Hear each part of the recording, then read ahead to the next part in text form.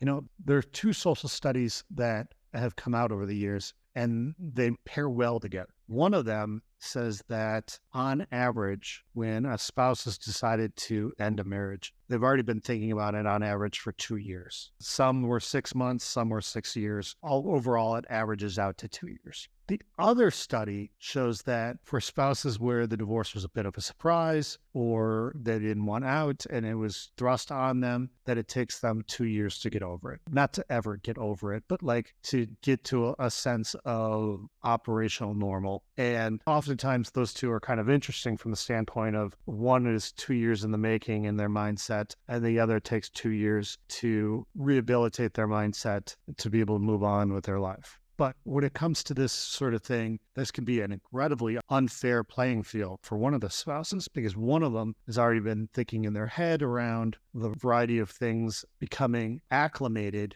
to not being married anymore, what their individual life is going to be like, what they want in regards to, the children, in regards to access to the children and where the children are going to go to school and where they're likely to live and what the division of assets is going to look like or what they want, at least, sense of cash flow. Whereas the other one has this put upon them and they haven't necessarily digested this. They haven't thought this through. And meanwhile, they're still addressing all the other life changes, so much in regards to who they are and their relationships to their children, their family, and all the things that are likely to change. They may go from homeowner to non-homeowner, from homemaker to having to be in the workforce, to all of a sudden being somebody that makes good six figures, to all of a sudden feeling like they have a sense of poverty because all of their support is going elsewhere. Who knows what it looks like. But point being, they're reconciling all these various changes that are unique for every person, but still common across the board, plus dealing with the dispute of who's going to get what. The divorce starts up right away. There's no sort of like waiting period that allows them to, when they're ready, kind of like when the batter decides to enter the batter's box. All right, I'm ready for the pitch now. Like that spouse that feels like they're getting left, they don't have the luxury of turning around and saying, well, let's do this in 4 months. If the other party starts the divorce right away. This is why, to the extent that if you can't be prepared for this, or if you're not prepared, then you absolutely need to make sure that you've got some good mindset coaching that goes with this. Those of you that follow this know I'm a huge proponent of this because frankly, you're going to go through a life transition. And like whether it's a tornado coming through and destroying your house or the untimely passing of a parent or something, you want to make sure that you've got the support and the change about in regards to the way you're thinking and how you're going to go about all this so that this transition, you can bounce back from it,